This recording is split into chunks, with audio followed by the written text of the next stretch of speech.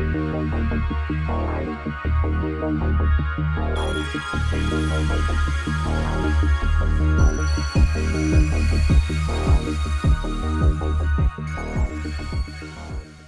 is the Baunfire Gaming Podcast, episode 356. I'm your host, Morgan, aka Bon Diesel, and this week we'll be talking about Xbox's litany of news, PlayStation's new state of play, a bunch of new reviews, and much more. Be sure to subscribe to the show on your favorite podcast app, leave a review on Spotify or iTunes, and subscribe to the Bon Diesel YouTube channel to get all of my videos, including this podcast. Let's jump into the gaming news. We'll start off with the Xbox News Corner. They had a bunch of stuff this week. The Tokyo Game Show had a lot of things, so I'm not covering all of it. A lot of that isn't really of interest to me. Even like Escape from Tarkov and stuff was there, as well as lots of others. The interesting thing for me is that the Xbox revealed Forza Horizon 6 and its new location, which is going to be, believe it or not, in Japan. This is something that's been rumored for a while. There was even a kind of leak a few months ago where some like car importer probably broke an NDA and posted about them getting cars in, I want to say to either the UK or the United States, like K cars, or just small vehicles that aren't available in the United States or in England. I can't remember which. And they were like, hey, I'm working with Forza to do this. That kind of gave it away because it was a Japanese only car and people kind of figured it out. That's a super cool location. If you've played the recent Forza Horizon games, you'll know that even if you're not really in the racing games and maybe you only go down and play 5, 10, 20 hours of this game, it's more of a visual spectacle than anything. The Forza Horizon 5 was based in Mexico and took advantage of every bit of geography and beauty that Mexico offers. I believe Forza Horizon 4 was in England and did the similar thing. Japan is just going to be so perfect. They're going to play with all the cherry blossoms and the different seasons and the beautiful mountains and the very, very different kinds of areas that you can find in Japan. And I think that's super exciting. I think it's going to be a really good location for that game. I'm not a big Forza Horizon head, but even Forza Horizon 5, I'd have to go look at my hours, but I assume I have 15-20 hours in that game and I enjoyed it for what it was, and I think that's okay. The release is kind of interesting because it's not going to be a multi-platform day one like a lot of people expected, especially after 5 recently did release on PS5.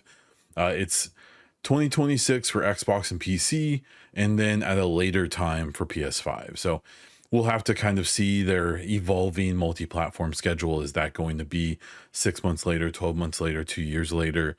We had Hellblade 2 recently come out for it, and that was a longer wait than I honestly expected to come to PlayStation.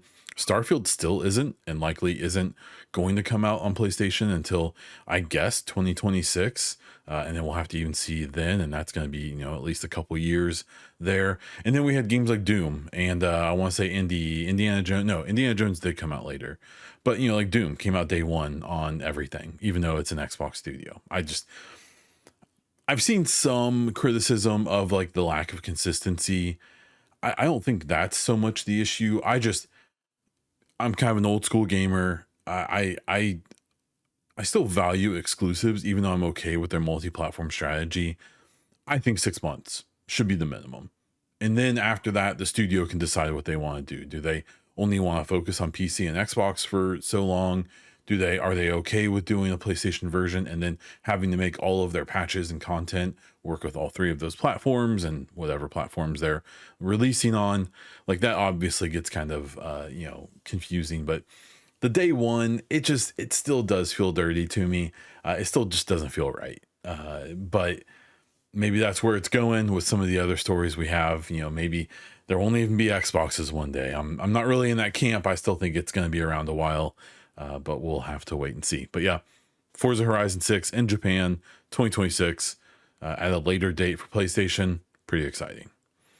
We did finally get the Xbox Ally handheld prices. So this is the Xbox Ally X and the regular Ally.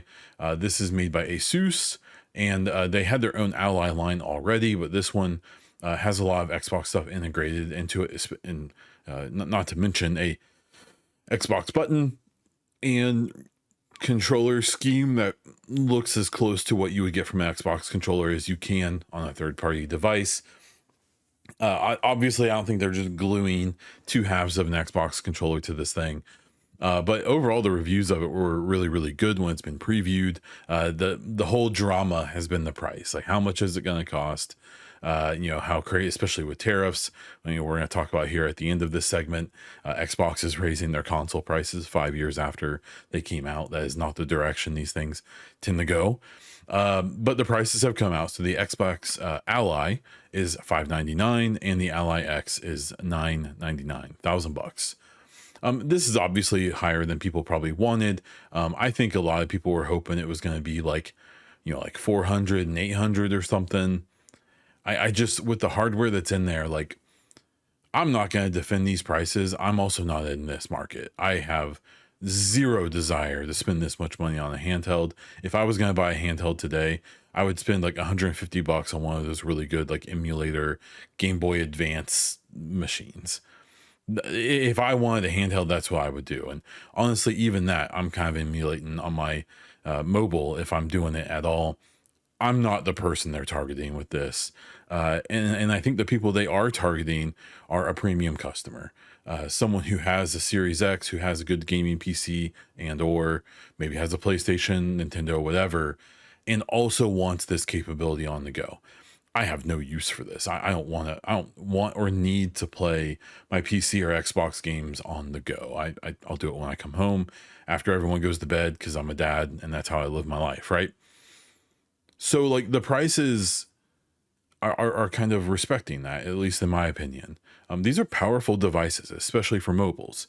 The big comparison I've been seeing is, oh, you can get a Switch 2 for $450, and this base model Xbox Ally is $600, and the premium one is $1,000. Well, you're talking about devices with very different capabilities. The Switch 2 has access to Nintendo's library and is locked down completely. From all things that I've seen and experienced myself when I've checked one out, a very its UI works, but it's very locked down.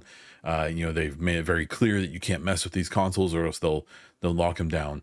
And their third-party support is okay, but they aren't running third-party games very well. And that's $450. So for $150 more, you can get an Xbox Ally that's more powerful, has more RAM, has more storage in the base, and is just faster in general. I don't think, or actually I don't know. It's an AMD processor, so it won't have DLSS. Maybe that does matter. FSR is getting pretty good as well, though. This is the kind of top tier AMD mobile chips. I don't think that the comparison between the Switch 2 and the Ally, Xbox Ally, is that crazy. The Xbox Ally just has more capability. It's a PC handheld, right? Like, so you can do whatever you want on it. You can make it an emulator machine. You can, play PC games natively on it. You can stream if you want. You have all the capability. The Switch 2 is very good for what it is, but it's a very locked down, focused device. The comparison I've made as well, I've seen people talk about like, oh, the Switch 2 is only $450. Oh my gosh, these other consoles are so expensive. Well, say the Switch 2 was the Wii 2 and it was not a handheld, it was a desktop, console, it would $250 for the power that's in it, which isn't very much. Like, it's an outdated old device if it isn't a handheld, right? And so I think it's like a weird, like, I don't like the prices of these things. I'm not going to pay for one. That's insane. Especially the more expensive one, which is like legitimately beastly. It's a really, really powerful piece of hardware, especially for a mobile. I'm not going to pay that. That's insane. Like, I don't want to do that. But there's people who will. Both of these, I believe they're all sold out. Now, it's probably a fairly limited production run, which we'll get into Xbox production runs here in the story after this. But like, even if I'm sure they allocated enough to, be worth even making it, right? So to pay for itself or whatever, all of the tooling, all of the manufacturing, all the storage, all the licensing of all this stuff it's expensive, right? So I can't imagine they didn't produce enough to at least pay itself off and become profitable. And if it's already sold out, then they've accomplished that already. And then they'll put out more as demand asks for it. I just I don't see the controversy here. I don't want to pay that much. I'm not going to pay that much for it, but it seems fair, especially like if you're okay with the Switch 2 price, then you should be okay with the Ally price. That's just how I look at it. But maybe I'm just being a bit of a fanboy.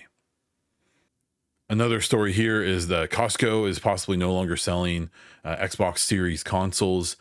This has been a weird story. I saw some grumblings pop up of people being like, hey, like, the Costco website doesn't have Xbox on it anymore, or I was at Costco and they don't have Xboxes there, whatever. The annoying part of this story, for me at least, has Destin, who's a former IGN journalist, quote unquote, is now a Patreon journalist where he has his own deal going. He called a Costco. This is him, what he said. And he was told by them that it's a strategic decision. They're no longer carrying Xboxes. They won't get more of them in stock. And then people pressed him like, hey, like, is this like Costco PR or like, who did you talk to? And his response was so strange to people. I thought his account was hacked until I saw that he's made a bunch of posts since this, and it doesn't appear he was hacked. But his responses to people was just like, call Costco. Like he was telling people to just like, I guess call their local store, which is what I presume he did from what he said in his tweets. And like, I worked retail. I worked at GameStop for years in college. I got to a manager position where I had a store manager above me and a regional manager above them. And like, we could deduce things like from like release dates and stuff like that sometimes, but we didn't know anything, even up to my store and even the regional manager. They very, they almost never knew stuff that was like significant. Certainly nothing like this. And like, maybe Destin called his local Costco and got a hold of like the store manager. And maybe they told him this. Somewhat reasonable. Maybe they got a memo. Maybe there was an email. Maybe something went around with them being like, hey, take the Xbox, branding off the shelves or whatever. He doesn't say that anywhere, at least not what I've seen. But it also seems possible that he just called a Costco and the first person that answered, like an associate there, like a regular worker, he was like, hey, do you guys have Xboxes? And they were just like, no, I don't think we're getting any more. And then he hung up and tweeted this out. And my issue with that is that so far, I think GameIndustry.biz or whatever has reached out to Microsoft and Costco, like the official channels, and have got no responses as of the recording of this podcast in the afternoon of the 26th of September. So maybe that changes, and I assume it will here fairly soon. But this wasn't like an official channel. From his own, talking, he called Costco. And that's not like good, right? Like you can't or you shouldn't report a story like this being very definitive, being like they're no longer doing it and they said it's because of business decisions, when it sounds like at best you talk to like a store manager at a local Costco, and at worst he just spoke to like the customer service person who answers at the store, like, or whoever was closest to a phone when it rang, right? And like, that's rough. Like, that's not very good. That's not very thorough. That's not very reliable, at least in my opinion. I think that's pretty hacky journalism, if you ask me. Maybe you're not. I just know from my own experience in that industry that, like, you could have called GameStop and got me on the phone and said, hey, are you getting any more Xboxes at your store? And I don't know, like maybe I heard my manager mention something, or maybe I saw a rumor on Reddit and I decided to, well, I think I saw someone say this. Like, it's bad work. And here's my honest take on it. It's probably true. Costco probably isn't, getting orders or getting inventory of Xboxes anymore. That is kind of weird, but it wouldn't surprise me that much. I suspect, there's a lot of factors going into that. My guess, and this has been going on for a long time, Xboxes just haven't been in stock very much. which tells me that maybe they aren't really putting in that many orders for stock in general. And then on top of that, that would make sense if one, they aren't selling that much anyways when they do have them. Two, their prices are going up because of tariffs, which I'll talk about in a moment. And three, they very well may likely have a new console coming out in around a year, or a year and a half from now. So it's like, all of those things could be true, and it could be completely true that Costco isn't getting any more Xboxes and won't be retailing them anymore. That's not my problem. That's fine. Okay. My issue is the reporting of this. And I think the only reason he posted it the way he did was for it to seem like a credible report, even though there's no credibility behind it, so that it would get picked up by, SEO and all of the various outlets to post about this, which is exactly what has happened. All of the major game outlets, gaming news outlets have posted about this. I'm sure a litany of content creators and influencers have posted on social media about it and all this. And I've seen dozens of these stories already, all citing his reporting, Destin's reporting, even though his reporting, as far as we can tell, isn't official or backed up or verified. And it's so frustrating. Like it's just so frustrating that, I don't have any insider information. Again, this might be a true story. It may get verified at some point, but it's already out there. And there could be a statement that comes out next week from Costco and or Microsoft being like, hey, we had some miscommunication, some shipping issues, some whatever. And they could say, yeah, we are going to stock it again. We just not for now, maybe closer to the holidays or something. Or maybe not. Maybe they are done with it for, business reasons, right? But that won't matter because now the story is out there, the narrative's out there. You see all the replies and all the comments, all the tweets, all the social media posts, the YouTube videos, all that. It's all, Xbox, ended themselves. This is their fault. Game Pass, blah, blah, blah. To the point where gamesindustry.biz reported on this on Destin sourcing. And then they had a community or a opinion person post an article being like, well, now that Costco's doing this, we know that Xbox is doomed, basically. Like, all off of unverified reporting.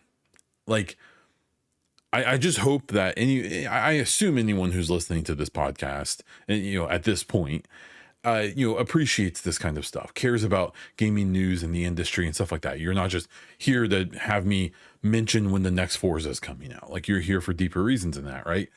And I'm sure I come off as bitter. I'm sure I come off as like petty and all with all this stuff, always complaining about journalists and all this stuff. But it's because there's journalism to be done in this industry. There's stories to be broken. There's things to be covered. Even this story, Costco having a 404 page on their website for Xbox, like that's an interesting thing to cover. But not to just do this hacky thing where you call a store and just have some dude be like, oh yeah, sure. And then you report that. Like that's so bad for this industry. And it's being completely driven by what's happened. The fact that you can throw out a hacky story like that with terrible sourcing, and then it gets picked up by everyone. And he's probably added, 50 Patreon people this week or today, right? Off of this. Because people think he's reliable, even though what he's done so far isn't. And arguably things he's done in the past have hurt his credibility. That's a whole different story. I hate this. I hate it. It sucks. It's bad. It's bad for the industry. But the problem is the game industry doesn't seem like it's big enough or has enough news to really support, gaming news outlets. So, especially in recent years, they've resorted to this crap, this clickbait, engagement bait, rage bait, whatever you want to call it. And God, especially these people who have left those big outlets to do their own thing, to do this solo project, basically, they go ultra clickbait with it. Then their old bosses, their old coworkers pick up on it and push that. It's like this weird revolving strat thing where, it's just this cycle of bad gaming news coverage, and it's not going to get any better because it works, right? And then the last part of the Xbox news, the price of series consoles is getting higher, I believe, next month in October. So this got announced, of course, at the end of the day on Friday last week, right after I posted the new podcast, so I couldn't add it in. But the Series X is going up to $649, and the Series S is going up to $400. Let's just be very clear. I paid $500 for my Series X 5 years ago. I pre-ordered it the day you could, and I got it on release day, which was hard at the time. That was during COVID. Things were crazy then. I was very surprised to get what I got. But this is insane. And mind you, the Series S was $300 when it initially released. I just, we've seen this from every console, like even the Switch. The original Switch has gone up in price recently. The PlayStation has gone up in price first and everywhere but North America, and then recently in North America as well. It's weird. It's very strange, and there's explanations behind it. Xbox specifically, likely is doing this because of tariffs. They aren't selling a ton of these. This isn't a big part of their business at this point. So when the tariffs go up, they have to accommodate that, and they probably aren't willing to subsidize it. We've gotten indications that none of the console makers are willing to subsidize consoles moving forward, or at least not very much. What was interesting was PlayStation seemed to be able to hold off on it, because now Xbox has raised the price twice this year, where PlayStation's only done it once. My guess is that PlayStation was able to get in a ton of stock before the tariffs came into place. So much of their sales this year were consoles that were already here and weren't subject to tariffs. And then now, they did that price hike once those tariffs are probably starting to take effect. Xbox, my guess, kind of what I was talking about before, I'm assuming they just aren't producing that many Xboxes, because it's been a story for a while that they're hard to get, that especially in stores. They just aren't stocking them that much. So for whatever reason that is, I'm sure there's some business reasons behind it, maybe some logistical ones as well. Very likely they didn't have a big stock of Xbox hardware in the United States before the tariffs. Therefore, most of the ones hitting shelves or hitting online retailers are tariffed, and that's why prices have been jumped on them twice. I am in this really strange position where I wonder, could I sell my Series X for as much as I bought it for, or lose like $50, even though I've played thousands of hours on it? That will be an interesting story as time goes on. I think the part of the story you can't ignore either is, I talked before about why this may be happening. Maybe there's a new Xbox in 2026. Sure, like, okay, cool. Like, that would explain this to a point, I guess. Except, my God, how expensive is that console going to be? If we're paying $649 for a 5-year-old Series X, the new Xbox comes out, or even the PlayStation 6 for that matter, I've seen some people speculating like, well, they're just doing this because, for whatever reason, but next year or the year after, when the new Xbox or PlayStation 6 comes out, they'll be lower. They'll subsidize them. I doubt it. Like, why would they at this point? Why would PlayStation do it? Because they know they're going to sell either way. And why would Xbox do it if it's not even a big focus of their business plan at this point? Why, they're going to sell more hardware. It's going to be mostly niche. It's going to sell even less than likely the series consoles have. So they're going to jack the prices up. They're going to be $750, $800, almost certainly, especially if they are quite a bit more powerful than the current gen. I just like, what is interesting is I found out that in theory, there could be some changes made to the tariffs to make the hardware exempt from them, but currently that's not the case. And, so far it looks like, I assume Microsoft and Sony have lobbied the US government to take these tariffs off, but it obviously hasn't worked or happened. So we have to wait and see. The next gen is so curious. Like, what if we come into a situation where the Series X is $650 and the next console is $600? Like, it would seem so backwards and dumb, but there could be a business reason to do that. It's very strange. I suspect one day we'll have some books written about all of this stuff and why it's happened the way it's happened. We had a PlayStation State of Play. The two big things, at least for me, were the Wolverine game from Insomniac was officially, kind of revealed, I guess. It's been, 4 or 5 years since that first one. And then Solus was shown as well, from the same developer as Returnal. Wolverine was interesting. I believe that there was 2 different trailers. The one is like almost all cinematics, showing this like hyper gruesome, gory, just Wolverine action. There was another trailer that I believe showed a little bit more in-game footage. It's going to be an interesting game because I suspect it's going to be mostly just mashing the X button and killing everything that's around you. If you ever played Xbox Origins Wolverine back in, man, was that PS3 days, I think, which I played and loved it. It's such a fun game. And it was like, I'm sure if I played it now, it wouldn't look as impressive as I remember it looking, but it was really impressive for the time, at least.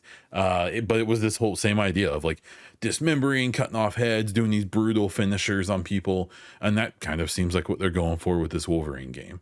I am curious to how they're going to do things like, is it going to be open world or more mission based? If it is open world, how are you going to traverse the world quickly? They've obviously been making the Spider-Man games for a while, and those have a very obvious transportation solution. You swing around the city as Spidey, even to the point where in the recent one, or I think it's only been the most recent one, you can fly using the little glider mechanic. With Wolverine, you don't really have that. So there have been some screenshots and some footage of him near or on a motorcycle. I assume that's going to be kind of the method of movement if this is going to be a more open world game. I'm curious. It looked super cool. Like the cinematic stuff that we saw was really, really, really pretty. I am kind of curious if it has any more depth to it, or if it's just going to be just a melee everything, destroy everything, hit some sentinels up. It, it very likely is just going to be like a 20-hour romp where you just destroy everything and get a little bit of story. That's probably okay. I suspect most of the people looking forward to that game would be okay with that. Solus was another interesting that was shown. One that was shown. It's, for all intents and purposes, appears to be Returnal 2. What's funny about it is the voice actor and the face model for the protagonist that you're going to be playing as is Rahul Kohli. The gamer world, especially some of the communities I'm involved in, like Kind of Funny and some others, like are so attached to this guy because he's like vaguely interacted with kind of the gaming community over the years. For me, I don't think he's really that good of an actor. I think he's like kind of cheesy, and like especially the voice acting in this trailer was very like, I have a deep voice and an accent, therefore this is heavy and weighty and very cool. Where like to me, he's the guy from iZombie, like this terrible CW show that like I kind of loved. So I don't know. It's very brooding and edgy feeling and all of that. It does look cool. Like the visuals of it were gorgeous, and it looks like it's just Returnal 2.0. I suspect they'll eventually show that these are games in the same universe or something like that. It seems like their gameplay looks exactly the same, just obviously I assume they're going to add more mechanics and things like that in Solus. But these are the two games most people seemed excited about. Other than this, I didn't really notice anything that really popped for people. But two big first party games coming, I believe, both in 2026. Seems like a good recipe. So good for them. In I think, kind of funny story, even though it shouldn't be, Nintendo's president and COO, Doug Bowser, which will just never get old for me, that they, like, come on. Like, I'm sorry. He's probably a really great president and COO, but there's no way there wasn't like 10% of the reason he ended up in that job or just working at Nintendo in general was because of his last name. It's just hilarious. He announced that he is retiring at the end of 2025 and is going to be replaced by longtime Nintendo kind of executive higher up Devin Pritchard. I'm going to be straight up. I couldn't find a ton about Devin. I couldn't find a lot about them. I did find Phil Spencer and others in the industry were posting pictures of them together like 20 years ago. So Devin's obviously been in the industry for a long time. And I honestly always kind of wonder how much like influence the Western president and COO of Nintendo really has. I just have always had this gut feeling that company is still very much run from Japan, but they, for multiple reasons that I'm sure make sense, have kind of moved a lot of their leadership and a lot of the kind of executive side of the business to the United States. But I don't know. I would be curious to see behind the curtain and see how much influence their kind of Western leadership really has over the very well maybe the more established influential side of the company that is still in Japan. But maybe I'm completely wrong. I have no idea. Regardless, I mean, congrats to this. It's It's probably pretty nice to be the president of a company that is so consistently successful as Nintendo, even with their maybe their ups and downs and other facets of the business. I'm sure being the one who gets bonuses off of their performance probably feels pretty great. So that is a cool thing for them. So we have a bit of a review roundup here. Hades 2 came out in its 1.0 version for Switch 2 this week, or at least the reviews came out. It has an open critic score of 92. All the reporting I've seen on this is that people who have played for dozens and dozens of hours still haven't gotten the same voice lines and are still finding new things and having new things happen. Hades 1 was regarded extremely high. People seem to really, really, really, really love it. That doesn't seem like it's changed at all here. Ghost of Yotai had its review embargo come up. It has an 88 on the Open Critic. This is actually 5-6 points ahead of Ghost of Tsushima, which was heralded extremely well, even if the reviews weren't like super, super stellar. People love the combat, love the story, love the characters. That seems to be Ghost of Yotai, very much from the reviews I've seen and the write-ups I've seen, is more of Ghost of Tsushima with new characters, new story. It's a little cliche, but it's still a blast to play. Very beautiful. So there you go. Silent Hill F. This was a really funny one.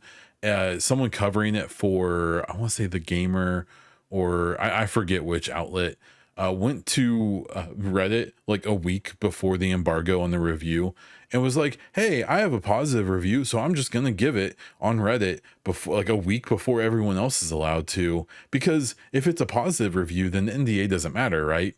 Needless to say, I'm assuming that person will no longer be writing reviews for whatever outlet that was.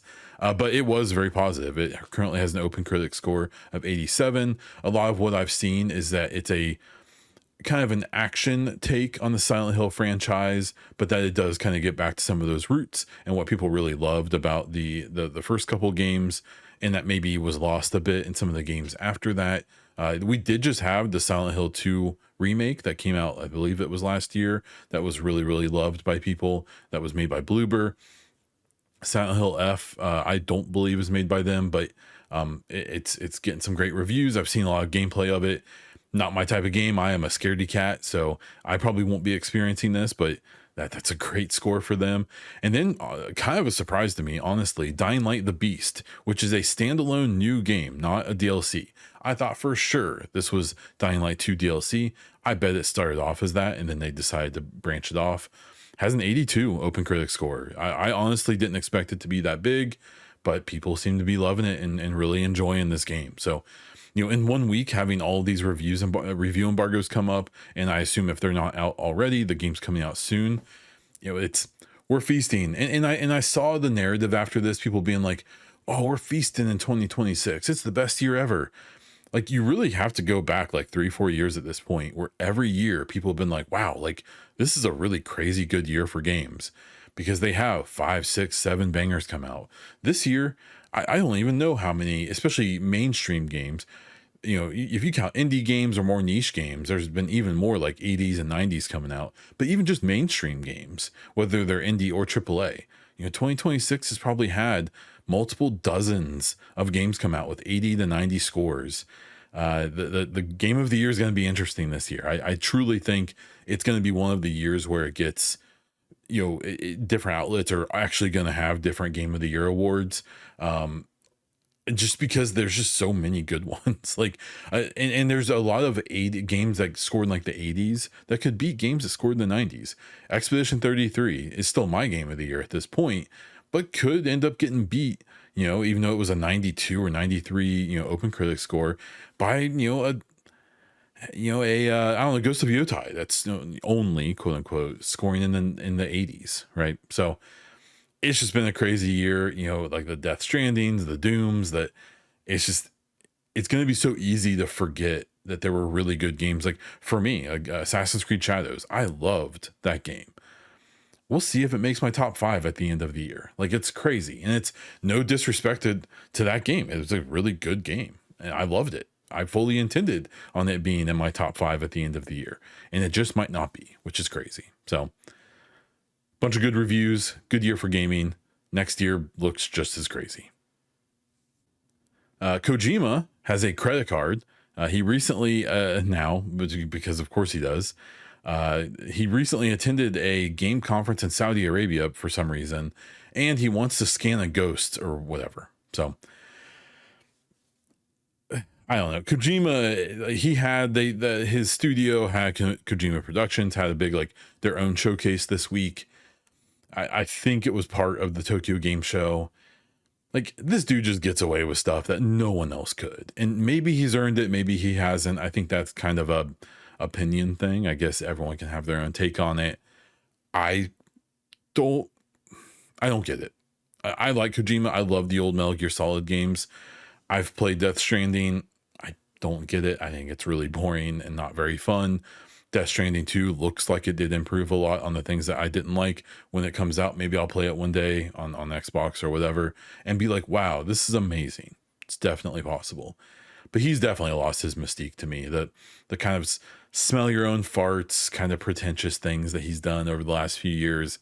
I don't know. I don't like it. It just gives me bad vibes. And it's interesting because his whole thing kind of reminds me of like Nintendo with like games journalists and content creators and all that. I don't know if they're very sensitive where if you criticize them at all, they cut you off. I suspect they're not. I'm sure they're fine. He's an auteur, he's a game dev. I suspect he has thick enough skin to not cut people off necessarily. But the way he gets treated with kid gloves, the way Nintendo does as well, is like so weird to me. Where he's partnering to have a credit card. Like if Todd Howard did that, people would lose their minds. It would be the biggest story of the week, and everyone crapping on him and calling him a grifter and all this stuff. Like I don't know, man. I don't get it. What was cool during this was that he showed a trailer for OD. This is the horror game that is going to be an Xbox exclusive, or at least published by Xbox. We'll see how exclusive it is. From some of the reading I've done on this, it looks like it's going to be more of like a smaller scale game. It's not like one of their big giant super projects like a Death Stranding. The other big project they have coming up after OD, we've heard is Fizzant. This is going to be a PlayStation exclusive. Supposedly it's going to be kind of a Metal Gear Solid-ish game. They only showed some art from this. I don't believe they showed any trailers or anything. I imagine that game is very much in like pre-production at this point still. And while they're working on finishing up Death Stranding, maybe doing DLC or not, we'll see. Death Stranding 2, completing OD, and then very likely working on Fizzant. A lot of the predictions I've seen is that Fizzant will probably be a PlayStation 6 game, which that wouldn't surprise me at all. That's a console that's very likely coming in like 2027 or so, maybe 28 at the latest, and that's when I would expect this game to actually get done. So I have respect for what the dude's done before. I kind of can't stand the person now, and I think that's okay. And if you don't like it, then fine, that's okay. Battlefield has released another trailer. We're less than a month away from that game, really just a couple weeks at this point, and it was a single player trailer. The single player thing with this game is like there's been rumors that it's as short as like 4 or 5 hours. That is perfect. I don't need Battlefield to set up a big crazy 25-hour story for me. I don't need that from Battlefield. I would honestly even care if they didn't have a single player. If the single player, all it does is basically establish the world that the game is taking place in, and then everything else you're doing is through multiplayer. Maybe they do a little storytelling through multiplayer. They've always done that, at least to a point. But if they just want to give me 4 or 5 hours of story being like, here's who Pax Armada is, here's the other faction, here's why they're fighting, here's the stakes. Okay, now multiplayer. That's fine with me. I don't need more than that. I did see there was a kind of a funny clip of there is a mission that looks like they at least showed some footage of it that looks like it's supposed to be kind of like that 2019 Call of Duty Modern Warfare when they kind of did that remaster, that kind of reimagination of that game. And there's this extremely good nighttime in-home kind of house clearing mission in that old Call of Duty, the 2019 one. That's one of my favorite missions. I believe it's called like Clean House or something like that. It looks like Battlefield has tried to do a similar mission. The problem is that Call of Duty mission is very scripted. is, like to the point where like it's set up where you can go in and you're going up from the basement to the attic of this house and clearing it of all these terrorists and things like that. And to the point where like your AI squad mates like block you. Like you can't just run ahead and clear the whole house before the actual scripted parts of the missions play out. It's very intentionally blocking and slowing you down and giving you an atmosphere that's like this tense, scary kind of situation. Unfortunately, it looks like the Battlefield rendition of this, likely you can play it that way if you follow their script, but the footage I saw was someone who was just sprinting and jumping and running through the whole level, and it looks like you can complete it extremely quickly, and it has no aura. It has no vibe or anything. It's just feels like a Battlefield player running through a map, killing a bunch of AI NPCs, very comically almost. Now I'm sure like when I play it, I'll probably I enjoy getting into the feel, right? So we'll go through, we'll clear the house. I'm sure I'll play it quiet. I won't be sprinting around and being silly, but it is kind of like, if they were going to try to copy that scene or that mission in their own way, that's cool, because that's one of my favorite missions ever from a video game. You got to do a better job. you can't make it that able to be kind of clowned on, but I don't care. I've already seen Tom Henderson, the worst, man. He's like, some of the footage I'm seeing from the single player, it looks like it's not finished, or it's, they should spend more time on it. And this is going to take a game that very likely was going to score in the 90s for that it's going to take it down to the 70s or 80s. And it's like, look, maybe that's true, but like, I don't believe any actual Battlefield player is going to play a like mediocre Battlefield campaign and then play some of the best multiplayer they've ever played and be like, oh man, the 98% of this game I care about is amazing, but this single player, it's not great. Like, there's reviewers who are going to do that without a doubt. I don't think you're going to see that same sentiment from players. And I don't know if Battlefield's ever had a good single player. I know everyone heralds back to like Battlefield 4 that had like, the single player where you did lots of different things. It was a big spectacle, but like, it wasn't like great. It wasn't like super good. Even Hardline, which was a very single player focused game, it had probably the most in-depth single player campaign. It wasn't that good. It was very mediocre. So like, I already see the writing on the wall here, where you're going to have this like 10 out of 10 multiplayer experience, but reviewers are going to drag this game down into like the 80s, hopefully at worst, and be like, well, this 4-hour campaign wasn't very fun, but the 30 plus hours of multiplayer are amazing. Sorry, I can only give it a 7 out of 10. Like, I'm already preparing myself for the annoyance of that. I suspect enough people won't do that, where it's still going to have a nice score, probably in the 80s, but it's going to get drugged down by people who are going to give it 5, 6s, 7s, just because the single player is going to be mediocre, just like everyone could have predicted before. It is funny to think back to 2042 when it didn't have any story at all. There's some exposition in the missions or in the multiplayer, not very much. And it got clowned on that so much. And then they do a multiplayer or a single player. It's probably going to be about the same quality as all the single players they've ever done before, which is just okay. And it's going to get clowned on for it. I can already see it. I'm preparing my ego for it. I'm preparing to try to just shut up about it. The Department of Homeland Security in the United States used the Pokemon theme song in a social media video showing them capturing people in the US. It's the Gotta Catch 'Em All song.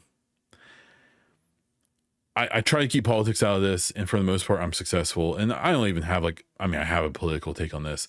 But my whole thing with this is like, objectively, this whole immigration, this anti-immigration push that's happening in the country where I live right now has, they do this in this very immature, very juvenile government we have, being ran by immature and juvenile people.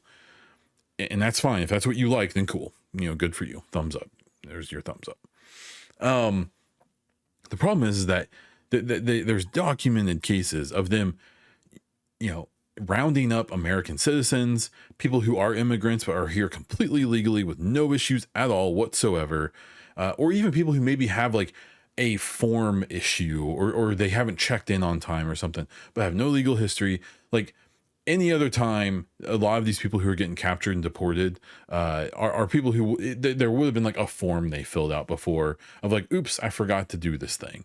And then not to mention the people who have been captured by these, by Homeland Security and ICE and stuff, who are just citizens, who were born here, who are legal citizens, and have to spend days, or if not weeks, in detention before they figure that out and then release them. They should have never been taken in the first place, and they're just trying to pump their numbers, right? So while that's not a gaming related thing, it's just insane. The two things that drive me nuts about this is just using this song in general. It's just wild. Like, it's so crazy. And if you would have told me this 10 years ago, I wouldn't have believed you, even though things were crazy then still. But like, the fact that Nintendo, one, has denied, they obviously didn't give permission for Homeland Security to do this, and for how litigious and how stingy and protective Nintendo is of their brand, I see a 0% chance they pursue this in any way, shape, or form. They are going to let this pass right on by because they are horrified to be targeted more by tariffs and immigration stuff and all that. So it's maybe I'm wrong. Maybe Nintendo takes a big stand and they're the champions that we finally needed on this. I am willing to bet that is not going to happen at all. If anything, they're probably going to buy a bunch of Trump coin or something. I don't know. So there's that story. Hitting some of the quick ones here at the end, something that a lot of people will be happy to hear. Microsoft has cut access from the Israeli military to their AI services. This was a big controversial thing in the gaming world and just the tech world in general. Some of I think the Azure servers and AI tech that Microsoft had was being used for like identification and some mass surveillance and stuff like that by the IDF, the Israeli military, likely in Gaza and the West Bank. I'm not here to debate that whole situation. I obviously have my thoughts. We don't have enough time today, but obviously people weren't a big fan of that. I think Microsoft, even it's a too little, too late situation. They deserve it, maybe at least a little bit of credit for making a relatively quick change on this policy and no longer allowing them to do that. I think whether or not you're willing to give them credit is based on some of your own personal views, and I think that's totally fine. We have some Arc Raiders news. It is coming out here in just a month or two, but they are doing one more tech test on October 17th through 19th for free. You don't have to have the game pre-ordered or anything like that. You can just jump on and test it. I'm excited to play it again. I had so much fun with that test, but now I do kind of feel like I need to play it again and be like, okay, I've got Outer Worlds 2 coming out. I've got Battlefield 4 coming out. I've got my constantly ongoing Mass Effect playthroughs happening. Like, was Arc Raiders as much fun as I thought it was? And it's a game that I think is probably way more fun with teammates. I mostly played solo or matchmaking. And so I'm very curious to if this still has that mystique that it had during that first test. I suspect it will. But even for me, it's going to come into a weird spot of like, I hope I have time to play it. I suspect I'll find some. And then finally, Brazil has banned loot boxes for anyone under 18 years old. That is going to take effect in March of 2026. I'm extremely curious how that's going to play out because the way these things happen, one, it's very possible that there's going to be other companies that also kind of jump in on this, and or other regions that will do this. So like the EU and stuff may also jump in on it. The other side of it that's interesting is that making a change like that is a really big deal. And sometimes these companies, the companies who do loot boxes and these live service games and all that, when a change happens in a big market, they just change it for everyone because it's just easier rather than having like say they make these changes just for Brazil. That means they're going to have versions of this game that are only like that in Brazil. And so I'm really curious to how they're going to handle that because it becomes two different versions of the game you're constantly having to develop. Very likely the majority of the game you develop is one, and then just that one feature you develop independently. But I don't know. I'm not gonna pretend like I know more about that. I in general think that's a good thing, especially for people under 18. I'm not one of those evangelists against loot boxes and live service games in general. I think they have their place. But I think that targeting kids, especially, and kind of prepping them to be gamblers as they get older, I'm not as big. I'm actually very against that. So a move like this, I think, is really, really good. With some content updates, we're pretty light on them this week. The one, it's kind of a surprising one, especially with Mass Effect's N7 Day coming up here in a few weeks or a month or so.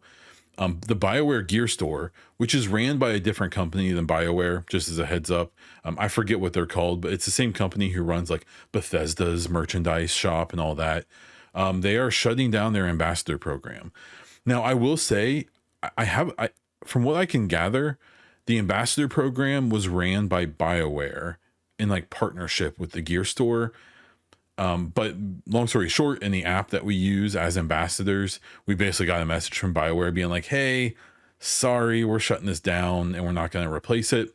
That sucks. I've probably made more money off of that program than I have in any of my other content ever. So if you ever bought merch and used my code, thank you very much. I do appreciate it. I can't really, they didn't really give an explanation. My assumption is that it's just too much to manage for not enough payoff. I will say that just in the last few months, the company they were using for this merchandise program, this brand, this ambassador program, completely changed up their whole business model, started a new app, which is, in my opinion, way worse. It just, the company they were working with changed a lot. And so I'm assuming maybe it just isn't worth the hassle to BioWare and the people who kind of work on this to keep messing with it. And maybe that's why they're changing it. I have no idea. They didn't give an explanation other than just, hey, it ends on the 29th. So if you want any BioWare merch, I have 3 codes that will be active. I think they're going to stay active and keep working even beyond the shuttering of this program. I just won't get a commission anymore, which that's fine. But the code at the BioWare Gear Store, Bond Diesel, N7 Day, or N7 Day 2025 will all get you 20% off there. If you do it before the 29th, I still think I get credit for it. If you use it after, that's fine as well, especially with N7 Day coming up. I hope people can, if they introduce some new merch, you can get a bit of a discount on it. So just a heads up on that. If you want to, support what I'm doing by doing that and buying some stuff from there, you've got those 3 codes. Go ahead and do it before the 29th. And that is where we are going to wrap this episode up. Thank you so much for listening to this episode. Thank you to everyone who supports as YouTube members and or Twitch subscribers. If you're interested in supporting this podcast and all of my other content, please check out the links in the show description. If you have any questions or feedback, hit me up on social media at Bondiesel or at the Baunfire.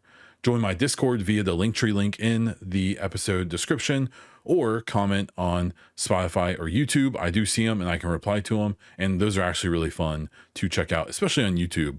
We can have a little conversation. That is all I have for this episode of the Baunfire Gaming Podcast. So until next time.